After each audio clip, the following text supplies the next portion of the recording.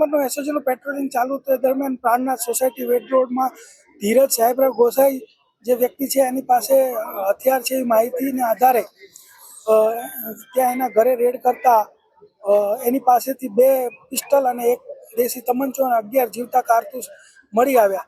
ત્યારબાદ એ વ્યક્તિની પૂછપરછ કરતા ભરત ભટ્ટી ઉર્ફે મેવાડા કે જે ગુનાહિત ઇતિહાસ પણ ધરાવે છે તો તેના ઘરે ચેક કરતા તેને ઘરેથી 1 લોડેડ પિસ્તોલ અને 3 કારતૂસ મળી આવ્યા છે ને એ બંને આરોપીઓને ધોરણસર અટક કરી કાયદેસરની કાર્યવાહી કરવામાં આવેલ છે।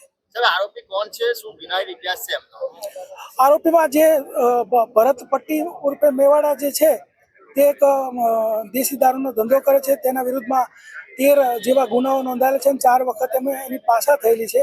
તે ઉપરાંત જે ધીરજ ગોસાઈ છે એના ઉપર પણ 1 ગુનો નોંધાયેલો છે અને 1 વખત એની પાછા થયેલી છે। તે ઉપરાંત ભરત પટ્ટીને વિગતે પૂછપરછ કરતા કે શા માટે તે હથિયાર રાખતો હતો તો સૂર્યા મરાઠી અને મનુ ડાયાની જે વચ્ચે ગેંગ વોર ચાલતી હતી એ દરમિયાનમાં 2016માં સૂર્યા મરાઠીએ મનુ ડાયાનું ખૂન કરેલું ને ભરત પટ્ટી જે છે એ મનુ ડાયા સાથે સંકળાયેલો હોય અને એને સૂર્યા મરાઠીના ગેંગના માણસો એના ઉપર એટેક કરે એવી ડર હોય એને આ લોડેડ પિસ્તોલ રાખતો હતો। તે દરમિયાનમાં એસઓજીએ રેડ કરી અને આ બંનેને પકડી પાડ્યા છે।